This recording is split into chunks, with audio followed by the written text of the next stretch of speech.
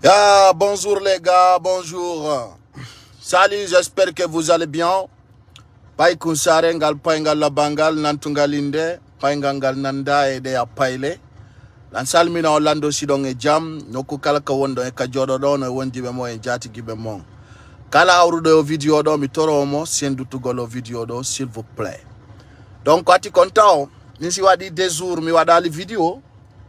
Il y aura des gens qui seront inquiets, qui seront, voilà, et tout de suite appelés, demander comment tu vas, tant. Mais je viens pour vous dire, il y a quelqu'un qui essaie d'arnaquer les gens à mon nom. Moi, de windana imbe e indean, oina be imbe okor mombudi wala yo jonnu mombudi, comme il fala mombudi. Et je sais bien parmi vous, il n'y a pas beaucoup de personnes qui me donnent l'argent ici depuis quand ils sont connus par Kounsare au nom des réseaux sociaux. Dado. Tawa wana du dembuda e judean. Ono wambendarde do benfo. Kono ko ay mo contacti Big Soul.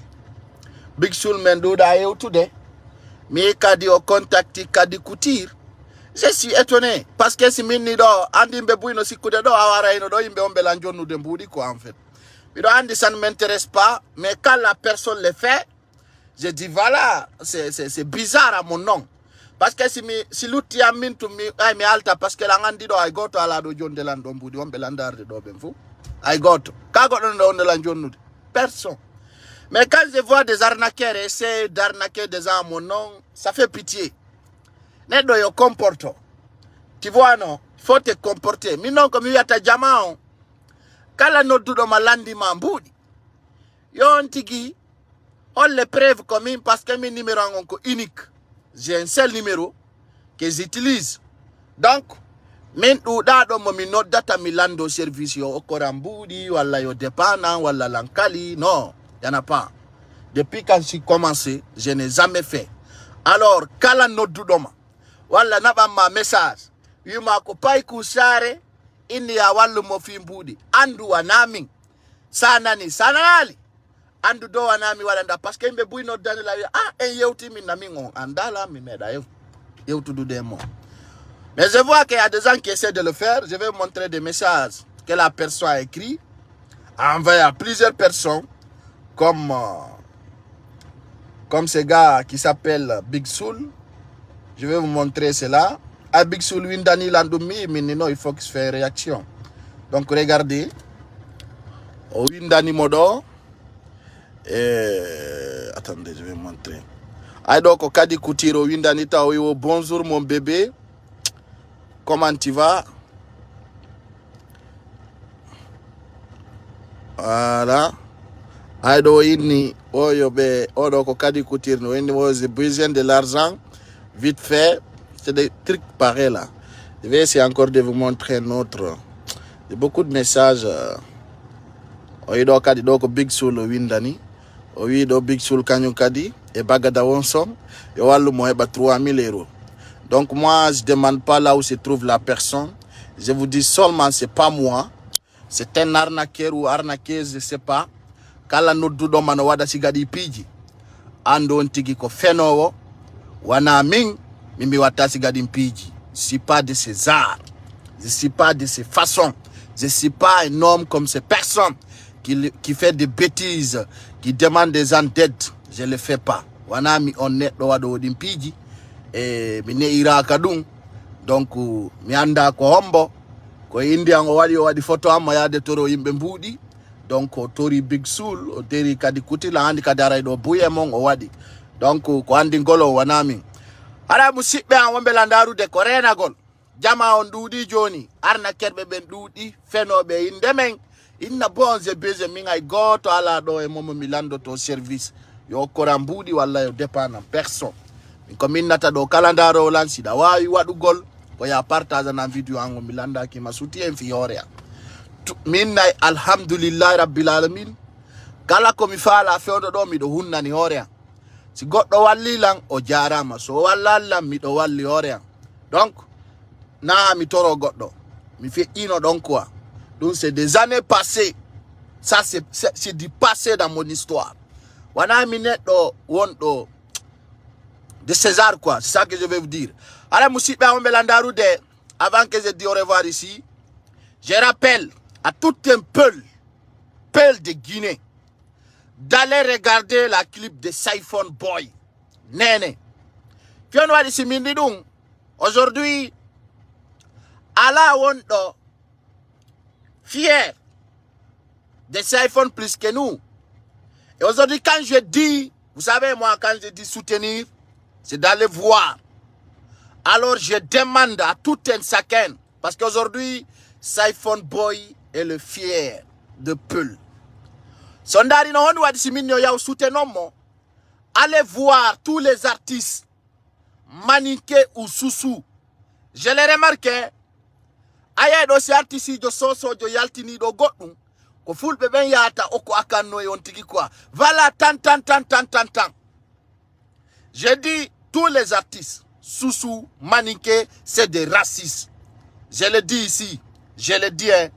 Je dis tous les artistes, Maniké, Soussou, c'est des racistes. Et pourtant, leur fleur, c'est le Peul. C'est le Peul. Les artistes Maniké ou Soussou ne veulent pas voir un artiste Peul avancer. Ça, c'est leur souci, ça. Si les artistes sont pour l'eau, ils vont faire fin. On va mener. Mais il y a des artistes qui sont pour l'eau, ils nous jalbent. Si les gens sont haray be ala e jang. Sagoma be artiste be fulbe ben foko yo wa jeli sayo. Sagoma be artiste be fulbe ben foko ka be fu idon ko yo be hatu don. Sondari tawa prometteur be fulbe ben ko batar be quoi. On yata do prometteur be fulbe anda be partage be clip Siphon Boy. Tout simplement be fem pono be nako kiltiro be wona ni ara ko fenande. Hara ko hajuma be wona ni do parce que be mona ni pay kunkun. Ay be wi pay kunkun bon. Mais des fois la madou d'Europe be wawali monabude. Ils sont fâchés, très fâchés. Il y a un daron. Tous les grands artistes à la partage de clip Siphon. C'est-à-dire, les grands pe tout tido got be wakili ya gol sendita. Mais be wakilaki walita gol net do mabbe on comme c'est Siphon Boy, il veut pas le faire. Alors je vous demande vous Peul. J'ai dit le travail parle. Et aujourd'hui notre stratégie, parce que depuis car longtemps on avait dit on a des équipements, nous, les nouvelles générations, on va vous donner les vraies leçons. On va vous donner les vraies stratégies. On va vous montrer notre capacité dans ces pays. On va montrer, nous sommes capables 1000 fois que vous. Alors c'est pour vous dire, tout un peuple qui ne soutient pas Siphon, c'est un bâtard. Parce que, tout simplement, regardez les artistes. Aujourd'hui, tout un artiste veut organiser un concert au stade de Lansana Conté. Parce qu'il sait bien, sans la commune de Ratoma, aucun artiste existe en Guinée. Pourquoi pas organiser un concert à Koya? Pourquoi pas organiser un concert à la commune de Matoto? Pourquoi pas organiser un concert à Dixine? Pourquoi pas organiser un concert au esplanade du Palais du Peuple? Parce que ces bâtards artistes-là, c'est bien que sans la commune de Ratoma, il n'existe pas. Alors c'est pour cela que j'ai bel et bien dit, le concert de 2 octobre sera boycotté dans notre capitale guinéenne. Précisément, je ne le casse pas, on va boycotter les concerts de Takanazayon. Ça, c'est sans doute. Alors, vous Peul digne, full bébé mioni halande. Doya amano e goddo kella namo, kella moma onani.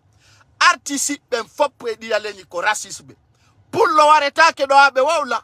Pullo wareta ke do abe be udita sekkoji mabbe dimbe ala. Mais si ça s'agit de leur concert, nana be arabe wadana nafigi yagal. Alors, kala waddo dum ko yo nadindire vrai. Mais yaltina pullo futa e affaire nafigi yagal be ko racisme. Be ida ende, hidongandi no na fiyo nganda. Be ida yude pullo no banto, ça c'est leur problème. Hande bi soli be fop no monani Siphon parce que be clip makom bientôt 500 000 vies. Hande full bebe wallindir. Hande si pul kiltiron fo wana ni de ko fenande. Ko ajuma bebe joki. Je vais le dire. Ajuma bebe joki hande dare. Kayauda oh, les concerts sur le stade de Nongo, c'est de faux. J'ai dit tous les artistes qui restent là. Il y a un daron capable de m'appeler. Il va kili ya gol partage aren jo Angleterre maïdon. Il va kili. Kono be wakila qui partage angol Siphon Boy. Tout simplement iko pullo. Ande ono do fo kombo ni partage do video Jeli Kababintu. Ono do fo ande ombo ni partage do clip azaya. Mais il y a un daron, c'est des bâtards. Ko sala ni be na ma tu vois. Nous ne sommes pas des frères.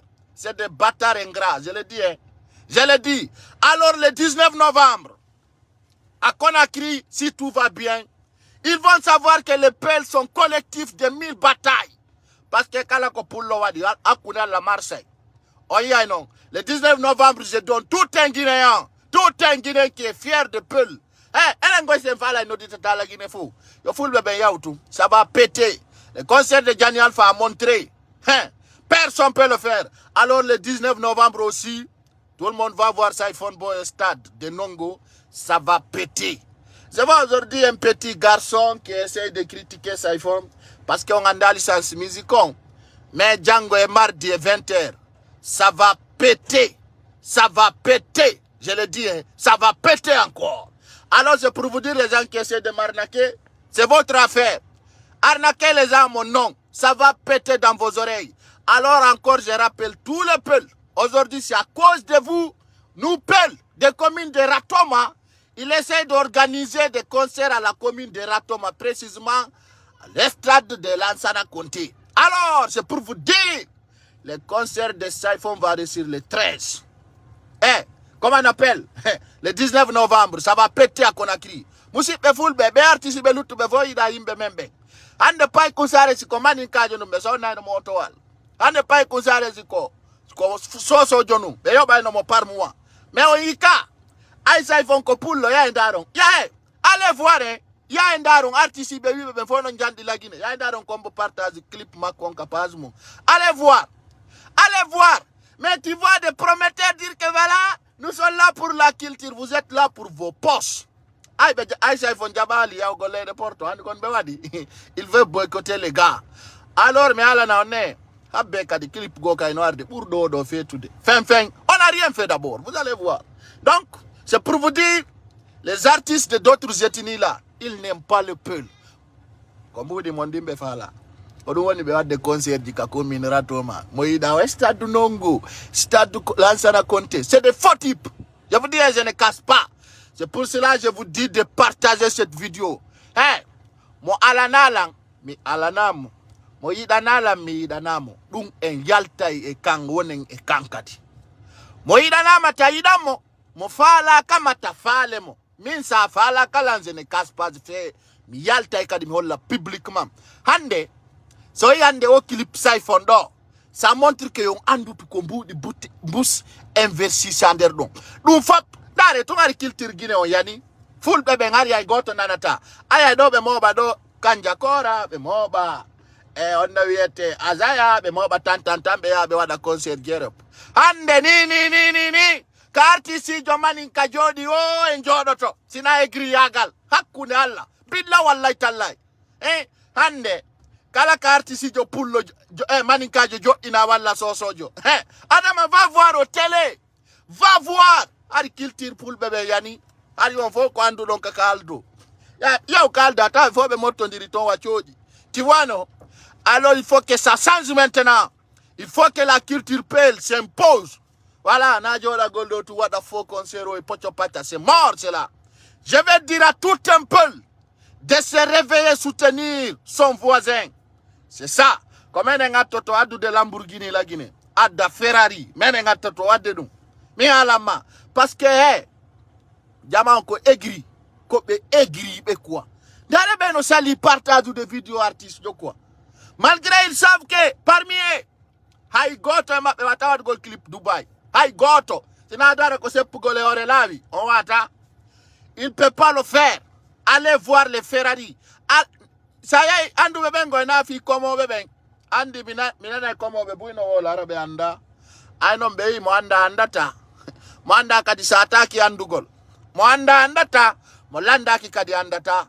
Alors c'est pour vous dire mes abonnés. Main info men partage une vidéo Saifon non. Nene. Ya on daron don golle den. Daron tawon ko mbudi golli don. Na fenande de. Wana fek de.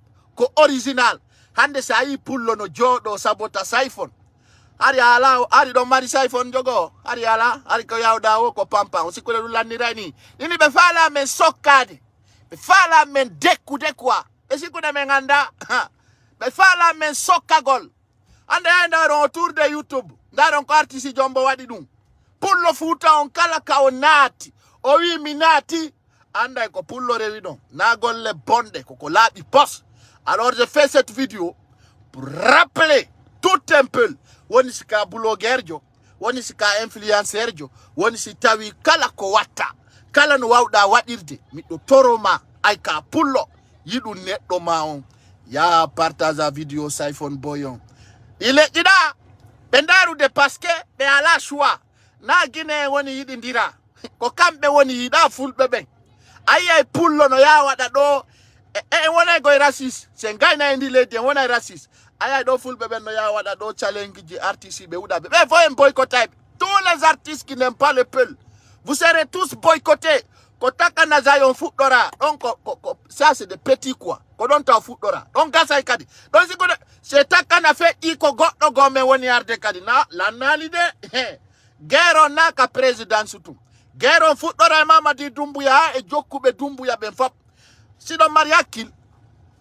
ndari hande ko suka hombo CNRD pullo invite ka pale hombo na jani alpha artisiɓe fulɓe ɓen fof kombo joɗɗinano ton hay goto ayay ɗo ɓe no yaha waɗa nafiqiyagal Mr Camera ñañaña ara ko fenande j'ai dit ɓe fenay c'est de wule hakku non dinara wule la ila ɓe fala ka fi pullo ay sama kala kadi non partage o vidéo mi ala gonga mo mi fala mi acca mo mi fala ka c'est clair siɗa fala fettay ko min alama sa et puis kadi si goɗɗo yalti insisti mi naadidirama ha sikka ko tricas billahi wallahi talla fenande ɓe fenay tous les artistes là c'est des menteurs ay ndaron clip Saifone non aujourd'hui un clip qui doit faire 1 million dans 4 jours fulɓe ɓen doit trouver cela hande kadi ka leydi men e golla influence on ko enen jogiti leydi woni ka influence woni ka musique woni ka financière woni ka capacité on peut détruire ce pays le pays sera contrôlé par le peuple siɗa moni maya ara ko ɗum torondirɗen musidɓe a wonɓe landarude donc mi falano tum feƴƴingol o message ɗo Azaya Wule fop ko fenande les meilleurs artistes de l'année ko Saifone Boy kono e ndari hay trophée ɓe jonnatamo ma en tunani on yiyay hay trophée de clip ɓe jonnata ɗare c'est clair c'est lui qui devait gagner tout ay huɗa ɓen quand je vois des gens dire que Azaya c'est faux je dis le peul c'est le meilleur alors si metti goɗɗo non wata waɗano de on fo mon ka clip Saifone on foppu mon ton golle moƴƴe ɗen koyo wonane joni yayi ndaron kombo partage clip on yayi ka médiaji ndaron ay ko pullo ɓe watta siko manin kajo wanno ɗum ɗo kono akkiriɗano tanoko siko sosojo kono akkiriɗano tanoko enen ɗo fo ɗen andine Lil Sako fu suwata yimude on connaît Lil Sako il peut pas santer mais Zabata makko ko pullo mbo woni sina paali ɗum ɗo okkuɗen mo doole soutenuɗen mo est ce que on ande souteni Saifone Boy hande kaygo mi impose ay rasisiyagal ngal fuɗɗoto woni ayay ɗo artiste jo no hoccoɗo ya leyde porte sina pullo heɓata e goto nder to yay ndaron concert ji ɗin fou nous sommes pas là pour tout le monde nous sommes là pour vous dire la vérité chers compatriotes on se retrouve demain c'est pour vous dire les arnaqueurs commencent à arnaquer à mon nom wule na mi few donc yoɓe accu ara lan andintinna jama on fof kadi le 19 novembre album Saifone sabu on no yaltude donc koyo fof yawton ono faala fetta e fulɓe ɓen yiɗidiray adama hande fof mo yiɗa o stade nongo stade général Lansana Conté kere nokkugo ala arana ɗon kono ay ɓe andi si fulɓe ɓen yahaali concert ji maɓɓe ɗin hewata ko ɗum le mi alanma takkana tu seras boycotté c'est clair et net voilà tu seras boycotté donc c'est ça mama vatira de clim na vatir ente mi jogitia daru do regarde voilà tu vois minna vatir tampuɗo mi jogitide depuis des années je roule dans ma voiture depuis des années anani adama ara ko ɗum mi arno ngalangol et puis ça passe je vous aime je vous embrasse on est ensemble demain à 20h beaucoup de dossiers vont sortir encore. Parce que 2 jours, j'étais absent. On était dans un projet très fort. On y a fait qu'on a Andora Yeso. Bye bye. Nous, on peut faire vidéo n'importe quelle heure et puis le monde répond parce qu'ils savent que nous, on ne ment pas. Quelle heure de vidéo de partage, bye bye. Les 3000 € là, Kadi jet arido. Ardo ala na mi kono du woniri. Il faut appuyer là-bas là. Je vais te prendre vite fait et puis se passe. Vite fait s'il te plaît. Yana tu racontes ma amindar si mi wawe te jet to gol. Voilà là. Ok, attendez. Eh, mi bloqué moi. Non. Aha. Voilà quoi. Oh, donna bana. Est-ce que je peux l'appeler? Non, je peux pas. Ok. Kankada no dila otu matana wadi. Arno le no golla mon bébé nan parce que dans di fusala kuneme. Ah, ardo bonna nala. Alu. Chéri konoy. Min na en seri fusa ay joni ala jama o nyama mbudi madi foka kontuma. Tiwano. Ajen be landa de mambudi ka. Adan ka kila wodi ko duwadi si goddo no ardi do den bimbi subaka findi nalan inna ko awwoni mo ya jon yomi wallu mo heba mbudi. Min ni para kum bay mo jogiti bayida jogiti numero jandi didi kala. Ya noddan wo kanko telephone makko no boni. Wo koni wadana lan inde. Ko mina mambudi wadala numero Dakar. Wo yami daru ko do landin piji toragol mbudi. No ko dum minni mo pay kun sare mo mi andi on na toroto do minni mo ko minni ko fo compte minni ko arna kerjo. Kala ene kadi na mantine. Mais piji ding abotu mi on lenan. Je te montrer. Aïe, mina birdi. Tu vois? Eh, mi fait ande na ko mi nyama ani ni la mi fait ino bloguer. Mina bloguer jo ba do. No, pay kun sare andi odo ko hebi mo. Regarde. No, ko hebi mo o sikkude bayare de balde ala connectade o hebi no arnakira yimbe be parce que dandi wona min to wana bani on message ka. Ay big soul ko big soul mera la windandi. Ko ande go windani la. Ah bon? Ba mi big soul in lien jala kunde amen inu goldo me yewta wala tanta ya pas cette relation. Ande. Je vais dire c'est la deuxième fois que big soul no windana na. On n'a pas min na depuis min big soul men andi diri sina ko men fallo diri konka TikTok men me da yewtude appel direct. Je vais le dire. Ouais.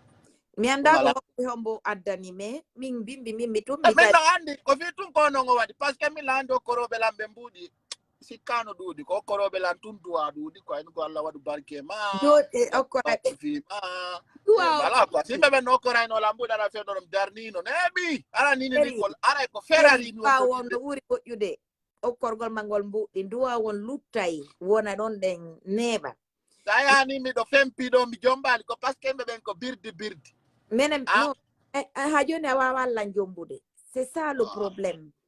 Anka mi uma tong angon tanke a sorta ki on birdi don na en qualité. Konto parce que passeport ma no kila si quoi. Konto yi dala. Et puis voilà quoi.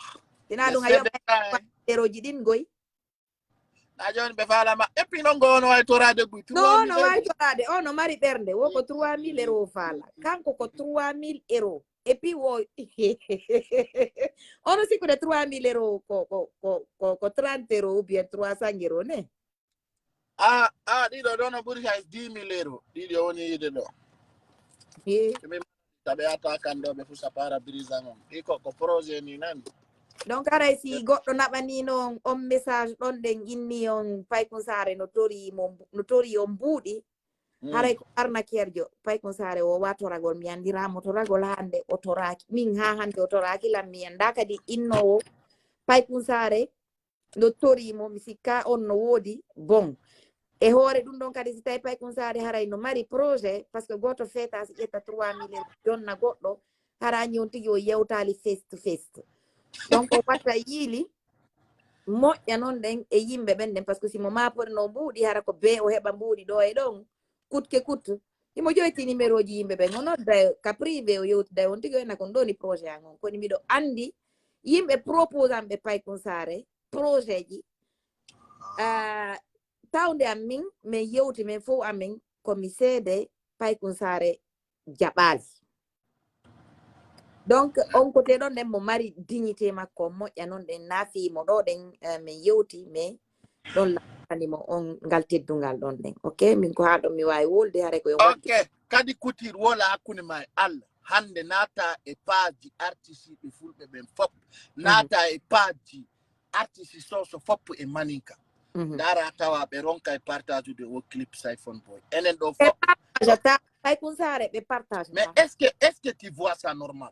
C'est pas normal, mais qu'est-ce que tu veux? Pay Kunsare asutaki concurrence on hiɗa andi min miɗo yi hunde wotere min dara ni wona portoɓe ɓe mi suivata ɓen ka Instagram fi an Pay Kunsare ɗa wadde blog ɗa wolde fi politique ma ɗum min miɗo yeyde coñci ma ɗum oɗan wadde goɗɗum go hatta goɗɗo ara ƴetta profil ma on ƴetta piiji ko watta kon posta ka page mon inna yimɓe ɓe yehe suivon kaarijo son suivi mo on janga e piiji buye makko mais enen ɗum alaka men a susta ɓattodirde goɗɗo hara yimɓe ɓen fuɗɗike a heɓi probléme a famine mo be no faala ɓurude oya pourtant et puis kadi yimɓe no wowla ɗo ɓe nawo Saifon a dédié cette morceau à sa maman les gens n'ont pas compris le message de cette morceau on titre on peut être maman titre on wawno kadi wonude hara wana ɗum ɗon mais les gens n'ont pas andi heɗagol hunde famugol kongo marka mo waɗana goɗɗum ɓuri nene ma jara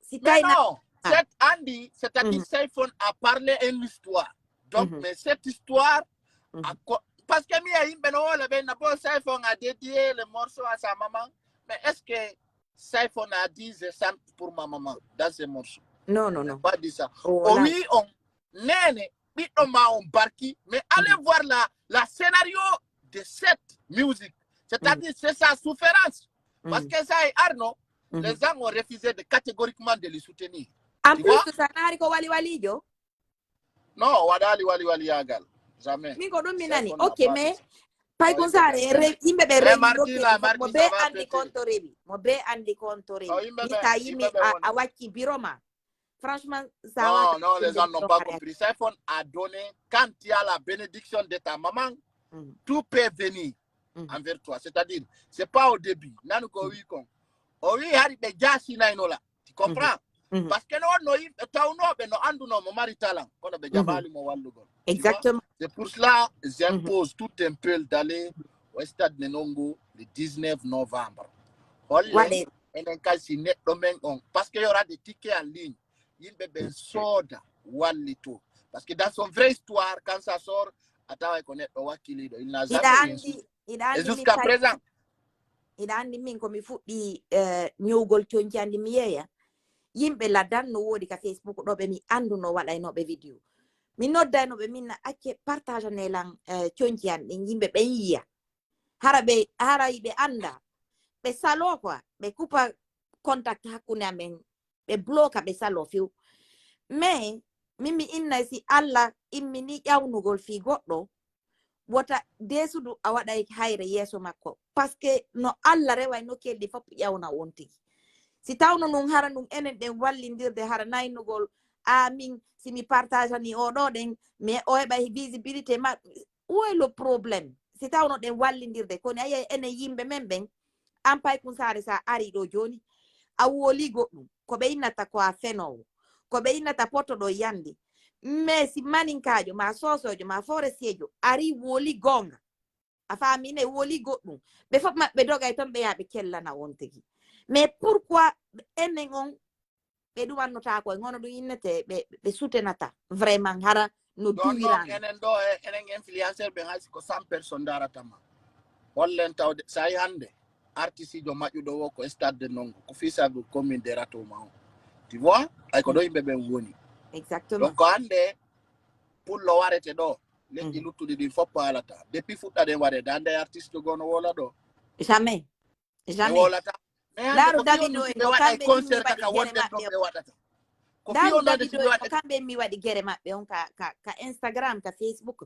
fof yiɓe immiɓe fof maɓɓe yalti ɓe waɗi piiro ɓe adduma minen jogodira yimɓe men ɓen no dogga tunde e pourtant ɗe mari puissance gonko wiɗa kon ɗo nane ko enen townata fi yimɓe ɓen awa lantorima ayda yiɗimi fi Allah ta waɗu vidéo a gayna ronka andintingol fi o concert Saifon o clip ɗo par ce que hari yimoɓe fulɓe poppude ari ɗa ero fuka honde tuma wayruɗa konde tuma wayda yugol tourner artiste jo pullo Europe ndari concert say fonnon a Paris wallahi ay sa yaali ayi ka internet hay so waɗanali ma fuy kono andu oɗo ko pular woni yewtude o kaw yahi wodo ɓen ko ɓen say fon ko guinéen jo kon na sosojo ka na ngadde e puis ko sa woli pular ɓe ara ɓe mettinani mimi ko mi remarki yimɓe ɓen tanke ɓe andi ko a pullo ko a jallo ko a bari ko a sow ko a sal ko a wan ko a an ko a tal ko a li ɓe ara ɓe mettinani ɗo e ɓe arde ɓe supporta min naɓe fo ɓe supportata de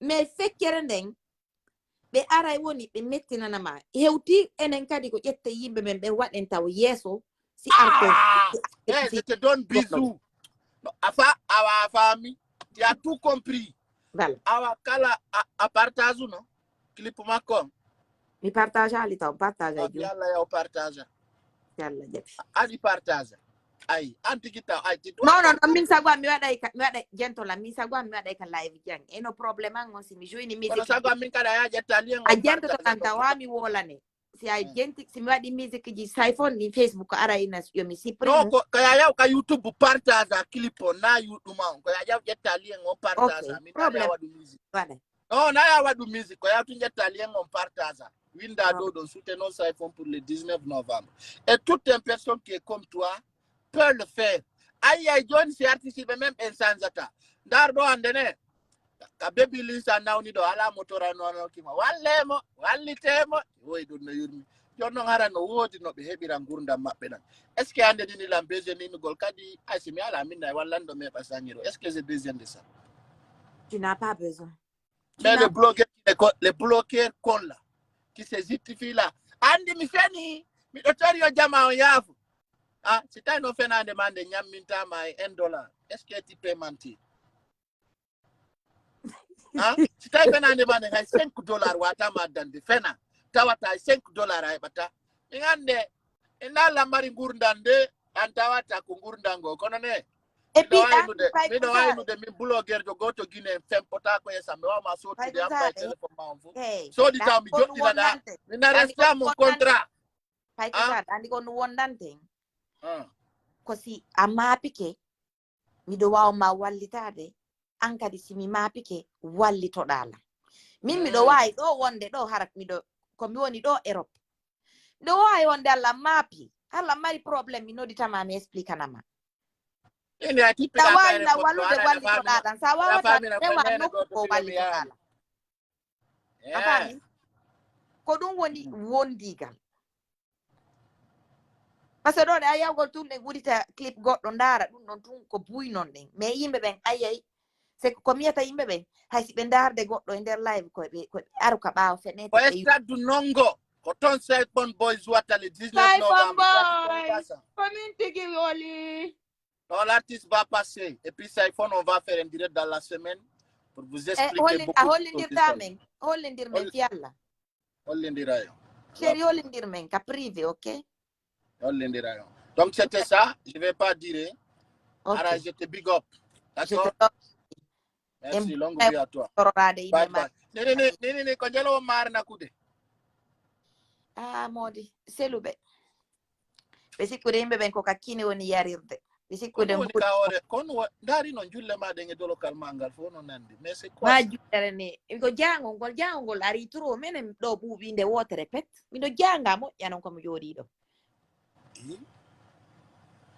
Wonde mi yetara dala ba wonde kadi se comprendre kare mi do kani ko bimbi ni gom do lanni defude do ni do lanni defugol ni do mo ni rewbe so kay worbe be nani e lanca cuudi kadi mo fijiri rewbe ni be wada conséquence be baka ni ne drage pa do kani do ko mi jogoni do afala wi dem do kani do kono mi ala ne hakkunde Allah rewbe joni sa etiki hare latti mun to so kunni woni hakkunde mo sa wi are la sai Adam arabi ka il est fou mais moi c'est que mettons là ay go ono yidama wonon do ami sikka anko amitiye wona ne betara onati surface jimadi ngara andanta tawa non joni ay onoduma jettali ko ge ingene ndido mi pop mi Facebook fop no andi lambuzamma afami me Facebook fop no andi lambuzamma donc si mi ari ɗo joni mi boronni ke ma hay goto mettata hay goto ɓe ara ɓe kellanalam ɓenna min andun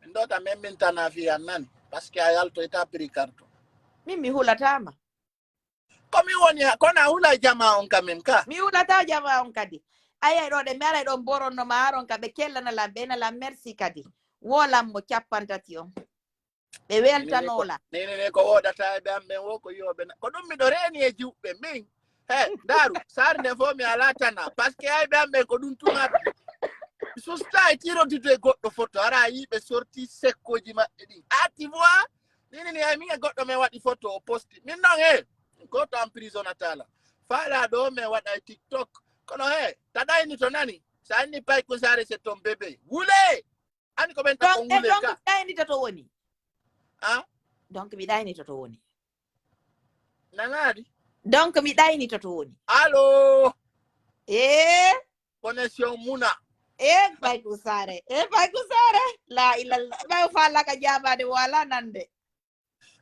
ɗo no réseau ngarti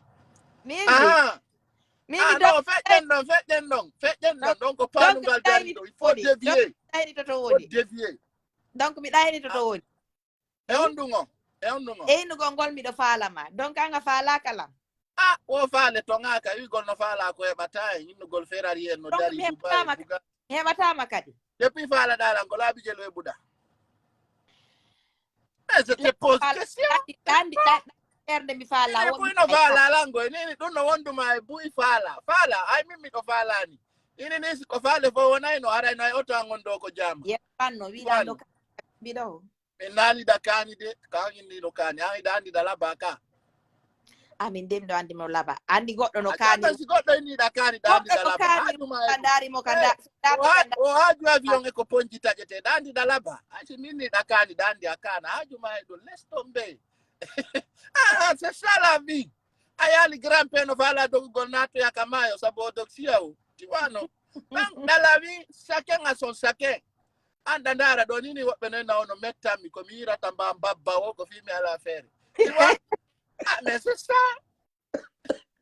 tu vois ini kadi woɓɓe ko faala nini koyo yewti ko dara ɓe goɗɗo ne ara ɓe yiɗama ɓe ara ɓe dara ba non goɗɗo watama dara o yiɗama ko woni ara yiɗa metta mo quoi ayi ɗa ndara goɗɗo ara mo mette ko a ndariramo fimo mette fino ala no waɗa anda on ko noon ko soñjata wonki makin ɗon wo ko ɗon wonata wonki makin kala ko Allah meƴƴataki susi aywata ɗum ina ɗum ay salma ko salma woni ɗo laban andi salma ko mi yahay ɓenno mari jiwɓe nani ɓennon ko ɓennon hokkilan jiwel ɓenni jiwɓe maɓɓe ɓen kala momi faala e musuko ɓe ɓeddiro jae salma wan min kala min hande kadi ko adna fewtiɗo a partir de là jento mi haala minni kala ka jiwɓe tato woni e famille araɓe jombaka min e nene maɓɓe min woni siraɓe surtout noon ay salama wane en ko atlanta woni et puis ɗon si mi yahay mi gollata ayne komi jooɗo ka salon maɓɓe ɗon mi ara ka ɓe gollata ɗa min wola ha niɓɓa mi hota ka suudu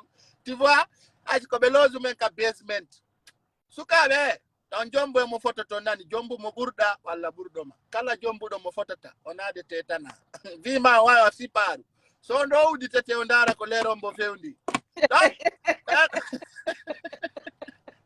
sa jombi mo fotata ɗum o udditete hakkude Allah kanno en ɗon to udditirta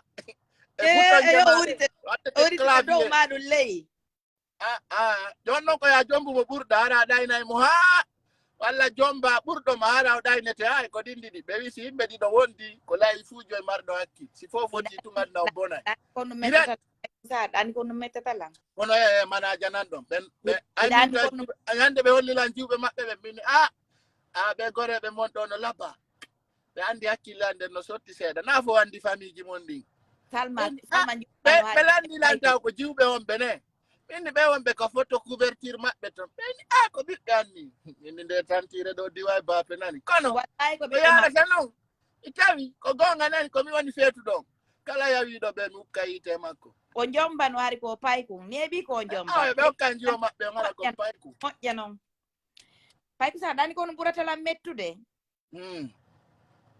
hunde mettata lan si mi yi video ji ma anye juube ka Facebook ɗo de ma ka TikTok ala Allah waɗi nami pede ɓeyi gorko ko continent no continent ji ɗin ko ɗi nayi ka ko ɗi no tati ko ya andi Asia pede ma sinapi ya continent américain ya continent asiatique ya Europe ya Afrique si minima noon gorko ko continent gorko no wawi wonde Afrique waɗa golle mum nden Europe waɗa Asie waɗa Tunisi partout lomla dikkol téléphone no yurmi ara noon de naati appel vidéo ji ɗi nani sabuna ko min woni yimɓe kon joni aba paralide jiɗi nawɗini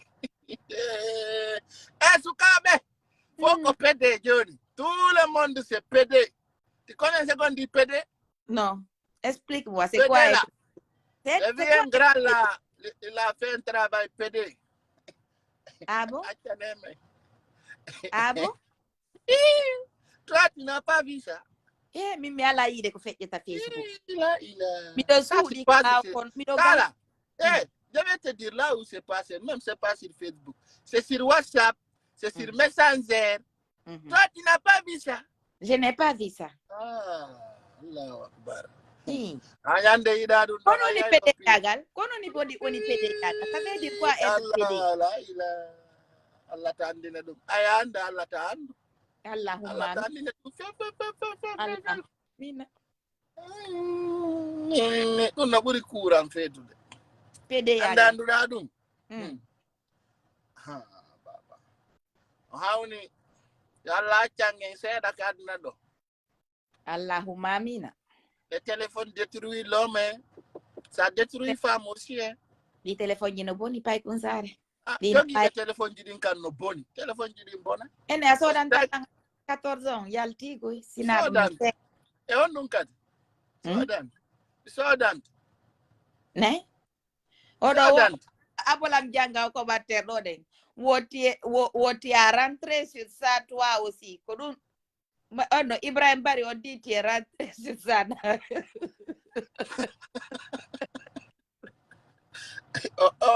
mi ala programme ko si ɓe ari commattugol ɓe wi ara ɓe faala mettinde et puis ɓe lanna noon de ɓe winda français je hara hay ay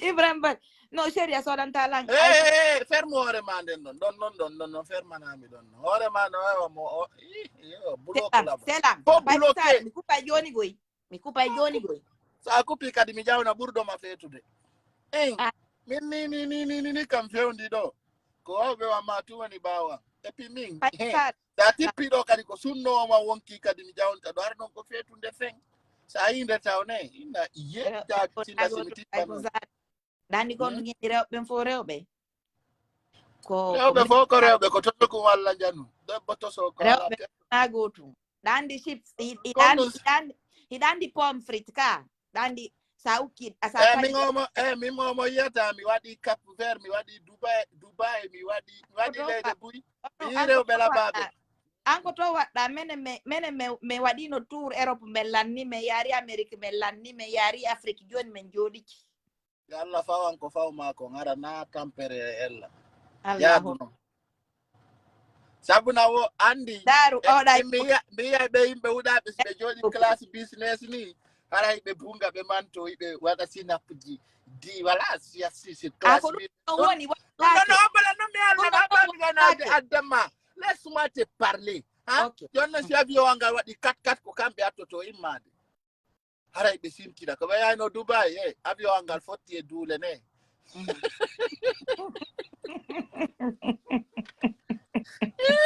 la ilaha illallah muhammadu rasulullah sallallahu alaihi wasallam e fotti e duule woko andi ɓe wolay ton andi min mi nanta anglais avion angal noon waɗi kankannomo mi jooɗo noon takko mum mi nani moyna la ilaha illallah muhammadu rasulullah astahfirullah subhanallah grand jowi ullu wallahu ahadu allahu samad lam yalid wa lam yulad wa lam yakul lahu kufuwan ahad grand kon waɗi analaɗi ko ngal katti ko lami jon andi min ka takko filetere mi wonno ini si Allah jaɓi si ngal waɗi ɗo kan landa andi hay taw kono udditotako ja miɗo ngal andi ni ngal waɗa jawati pone min si ngal foɗɗike yewtugol ka leydi ko ɗon mi woni yaltirde mi holla ngal komi Guinée ɗon mi yaltirta puis kadi mi wiira et puis ko andirta avion ɗum ala ña ajawa tumbe wala na masingal wadi kando ton ko honno wiri ton ko benna ma ko ya sokku kun ka kine wada du do ka noppi ngodi no Nani andi première classe o deuxième classe o sa ƴawi ka nder avion on fo mon koye avion wal gotal won ɗo ƴawde ko fokkutuɗon ɗo ono ñameteji ɗi na gotunde to sondoɓe addante ñamete c'est que on s'en fout on s'en fiche de ça kamɓe tigi moƴƴinɓe ɓe wi no ɓurdi to ɓe chaque moment par nde on en va manger pay ko sare et puis ay peji no woodi andi kon waɗi Snapchat TikTok Facebook Instagram yimɓe ɓe joni a yiɗa wono yaltina téléphone mais no woodi liyeji sa yehi e majji a duwaka yaltide téléphone ma on filma fiyon parce que si ɓe innima joni ɗa no woodi restaurant ji hara na hay 5 étoiles ɗi jogiti hara ko 6 étoiles tellement ko ɗi woni kon high level joni noon an yaha ɗon men ala wiide dow ko fi 15 étoiles wonda wole min koye min kam mi fuɓɓoytono ɗon ka piscine ko 15 étoiles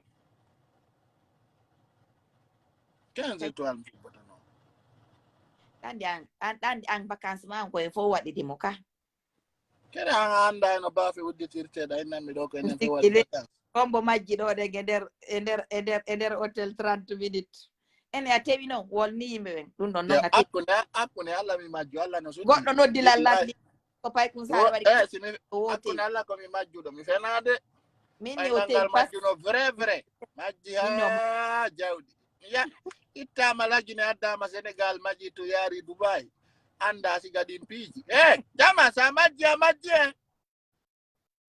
sa majji a majji ara noon nasiga ko okkore modiyan étoile ji ɗin okkore étoile ji ɗin okkore mo étoile ji andi ton waray ɗo ñande o kirɗinana on o wolna on ko moƴƴi on kere min komi min nami 15 de 15 waɗi base 15 waɗi base Europe Allah waɗanimo base lagine ndiyan ɗan saji ha ɗiɗo maayi 15 concert maɓɓe ko ay ñungi yahani ay ñungi ndiyan ɗan ko no woni niɓɓirde noon ko noon ɗan woni ɓeydorde ɗan fuɗɗi e 20 ɓenni ɗan sammay woni ari 21 show fini ɗon ɗan waɗi taw wasa leer kala ɗan ugumatti 0 heure tawi 0 heure ne min alamma tawi lambanji ko baya busata kippe lambanji yahata ɓe baari gendarme on waɗi barriére je tawi oto yahata goɗɗo ɓe wi ka aduna ɗo kala ko yelotoɗa yelo ko moƴƴi ayi aduna on ɓe wi toute chose pense à le positif kala ko miijiɗa tawi ko négatif miijorɗa ko négatif wonata hay siko anni anda toro Allah ɗo ya hewto ka aéroport ara maayi andi ko négatif miijiɗa ka kanko o ɗayni jama on Allah hollimo aduna on ɗaynetaki o wi o ko ɓe waɗiri beson ko fiyo concert maɓɓe on heew joni noon ɓe waɗi beson Allah acciti ndiyan ko yoni par ce que hari woɓɓe ka esprit mum ɓe heɓi expérience sikkugol wala les gars bien fait Allah hollimo menen men ɗayntaki a ɗaynime Allah hallindotoma na ɓen ma soodi ngal oto ala accu hellagol ngal katami bonnu fiima ndaari ɓikkumoya won ndaari won kon ko lubade oto an o tawi pas ndaari e ɓikkul laba moƴƴa noon min miɗo accaayi ɗum jentola wallahi so lubitike oto an on ɗo mi tikkoto mi beebinama mi andinama ko Afrique mi woni jentola no windi ɗoɗen vous pouvez soutenir ma page en diffusant des étoiles pendant le direct mi lannali janngugol fof kasi joni ɗum ɗo fof wallinto joni noon ayi min nete par ce que mi yiñama kala yagal min miɗo yehi naati e live TikTok e jaka ton kan yimɓe ɓe wonino torotoɓe e jaka TikTok ko yimɓe ɓen koye ɓe arɓe aɗa vidéo ɓe toro min ko ɗum ɗo mi arno haalugol ka tigi tigi min mi acciti on joni noon ko mi woni on wolande haray ɗon andi o publicité ko natta kon ka nder live ji na mbuɗi boy koni son soutenirimo ɗo ɗen étoile ko fanɗi wo ko fanɗi min ta goto waɗana mbuɗi ko wulliranmi kala marɗo waɗano lantay ko wullu yo jogo mbuɗi mum ɗi min hande kadi ya ɗo yomi wonu torotoɗo Allah waɗa ngokkoro mi fa ta goto waɗanan ko wullinta ɗum kala yiɗo lantay fiyan on no welamo yo waɗanan so tawi welatamo yo pose mi ara ɗo fi man jallaji min mi wurino gurda gandan ni andi ko numa finila waɗa on concours ka TikTok yo yimɓe Oh, ɓen min ka TikTok ton ka mi tawno piji ɗin jama on feppa min arna ko ayata ngabone lan min ɗo ha min natade ya adna he awasi o ko nyingaloto ala nguso yiw ɗo golle nani ndaro ay bi hey ndaro ay bi 200 étoiles merci beaucoup ba Oumar abba tawnani accidange o wondore lantisude ɗo ay so ba memi Oumar Flo merci beaucoup merci pour les 200 étoiles Paykoun Sare weltanomo ino merci pour les 200 merci kono ni kata o ɗo koñanan ɗo aninimmi tu vois voilà daru ka rétroviseur o way soutenude Sare ka étoile ji c'est très important jonno yewten ɗo parce que ko yo yewten ɗo mi hokkama ɗo 10 minutes o jooɗo woola haray ɗum ɗon kadi so waɗi ko mbuuɗi mo no gittude waɗon andi ɓe famali wo laisse les d'autres la parler ker ɗon sikkude ɗo ko argol tu wola joni noon accimi landoma kadi couture ɗo e gaynde ɗo on va clôturer wala hakkunde ma Allah artiste jo Guinée yo yahu yurmina mayde renon Angleterre acca wara ɓen ka lax an ko honno yiruɗa sigal ngal engrais yagal ɗum tumi mi wolnima fus alaka hoore maɓɓe reno Angleterre yiɓe fes tongo gentolanko ɗowdi tongo ɗo haka goɗɗo acca ka mum no siwade ta famude ko sifa ɓe yimɓe ittata sadaka jonna goɗɗo acca ɓiɓɓe gure mum nden no weela sina ɗum piiji goo no feƴƴude kamen woleteɗi fimum he no woodi ko wolen fimum Paykoun Sare ɗoni ni reno est ce que o ren Angleterre ande meɗi arde taw Afrique ɓe ɗum anndi ke ɓe colonise ɓe waɗi miiɗo ɗen Jacques yimɓe boy no waɗi ɗo ɗen vidéo ji hollugol imo tawanoka colonisation tan colonial no yimɓe ɓen no africain ɓe ɓen tampiri noon ɗen na ɗum ko renjo e ɓiɗe woni yummirawo nawi ha feƴƴiti hontoni probléme africain ɓe ɓe joɗoɓe wulla ɓe wullinkino wore no yurmiɓe si min inni yo waɗu étoile je ɗen na yon waɗu étoile en commentaire ko yo yaw ukko ɗon ɗen ko mbuɗi mo ko yo ngaddu buɗɗi ande fama l'explication ma min nin ko yimɓe men ɓen ɓe ara yara ɓe anda histoire africain on ɓe anda histoire ko feƴƴi kon ɓe ara ko yalti ka Facebook ko yalti adna woɓɓe ara ɓe jooɗo ɓe woola donc ko ɗum woni on histoire yimɓe ara jooɗo ɗon ɗen sifo fire en min mi yi yimɓe ɓen joni ka Facebook ɗo ɗen koye ɓe woltum fiyo wonu woolam a famine donc joni noon ka tigi tigi on tigi ronkiɗo haray ko haalduɗen fottuɗen enen konungu fof ko yawgol ka clip iPhone boy on fof artiste ɓe luttuɓe fof ko on fof on invitama merci beaucoup que la bénédiction de Paykoun Sare soit sur toi haray noon ko teddungal jama o prophète madi hewti Atlanta imo addori ganja wuttayndi imo jogiti ɗum no on ɗon kadi ko goɗɗo gono min makko janto nani min makko meɗen yewti ɗo message pour la raison o yo andu komin abbo mi heɗin tinnama nani komin yewti komeɗen ɗiɗo ɗaru ɗo compte makko nani maccanimi ɗo message ay maccanimi ɗo message oɗo mo nani et puis Salam alaikum, désolé, je suis très très préoccupé, je peux pas répondre ou lire les messages, mais si vous me faites des messages audio, ça serait plus rapide pour communiquer avec moi. Merci, à la prochaine. Et puis on fait il me maintenant do no fait gentleman nani et puis au français là vous on halande là parce que ko ɗum mo fala ko audio ango mo fala si en cas de preuve il a des audios audio fala andi no et puis mimi no nani wala haalaji ne ibe duwamo ɗumannagol yo ɓe mi sikki tun imo mari probléme mo fala je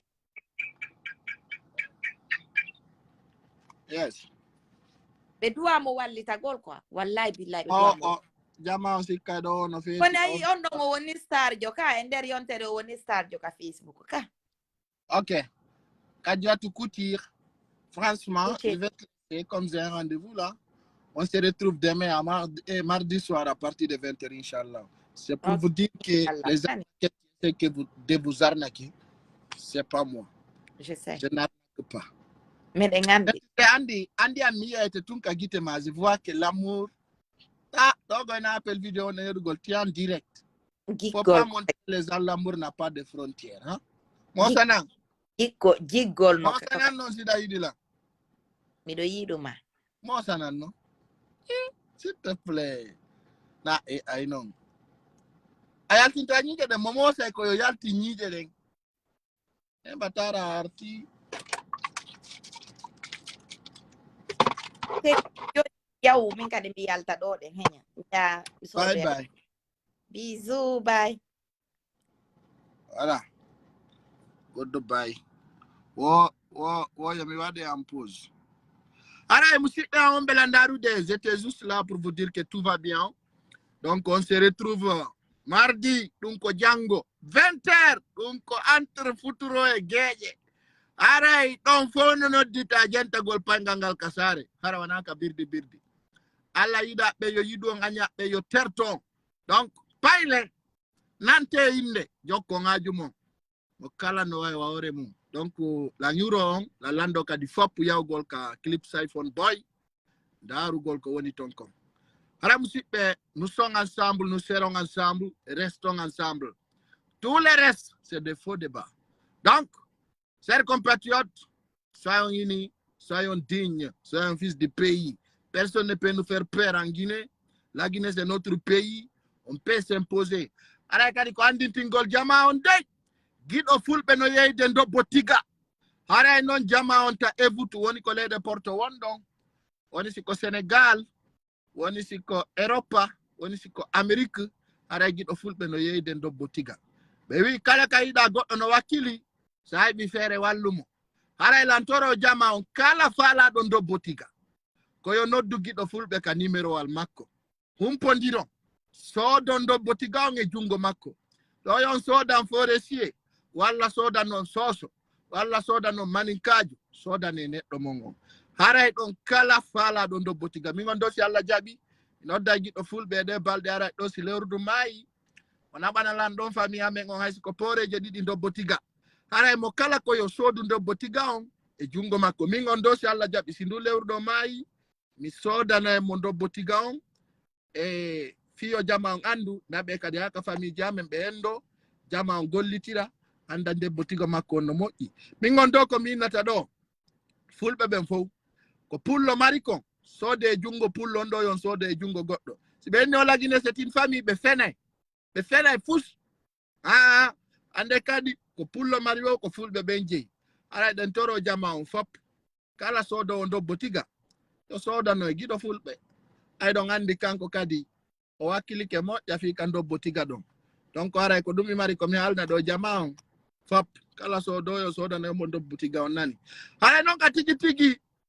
music iPhone boy on arma ya endaro weli ha yurmi ha 45 donc aray ko dum si damo belandaru de le 19 novembre haray den Conakry ka stade nongo non ko fo yo ar no gasa do e dum ara yebi ay sodita be un sponsor ben aray kadi torde jama on yawgol comment on appelle sodugol billet jidim au temps en wada billet jidim vente en ligne kala mardo fere soutenugol iPhone boy c'est pour le 19 novembre kala kadi waddo yo andu tout ko neddo mo woni wallitagol donc e don nous vivants il mérite notre soutien ara non taw yejjutu de sodangol kadi gido fulbe ndo botiga on sabuna ko don piji di wonata so yande wonde bengo makko wonde Mamadou Bassirou